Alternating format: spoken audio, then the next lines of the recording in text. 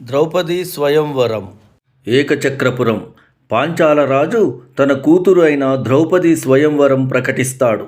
అప్పుడు అదే రాజ్యంలో బ్రాహ్మణ వేషంలో ఉన్న పాండవులు ఈ విషయము తెలుసుకొని తల్లి అయిన కుంతీదేవితో చెప్పిన ఆమె తన కుమారులను కూడా పాంచాల రాజు కూతురు ద్రౌపది స్వయంవరంలో గెలుచుకొని రావాలని చెబుతుంది.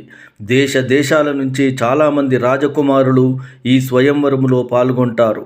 అందులో కౌరవులు, కర్ణుడు, శిశుపాలుడు, శల్యుడు ఇంకా ఇతర రాజ్యాల రాజులు పాల్గొన్నారు. అందరూ విల్లు బిగించుటకు ప్రయత్నించి విఫలము చెందుతారు. బ్రాహ్మణ వేషంలో ఉన్న అర్జునుడు పై ఉన్న ఒక చక్రములో బిగించిన చేపను గిరగిరా తిరుగుతున్న సమయములో గురి చూసి దానిని బాణముతో సంధించి చేపను పడగొడతాడు.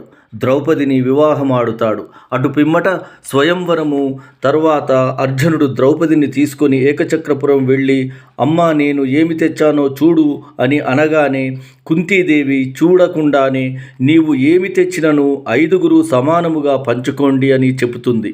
ఈ విధముగా ద్రౌపది 5గురి భర్తలకు భార్య అవుతుంది. Dear viewers, like, share, subscribe అంతయువన్ ఛానల్.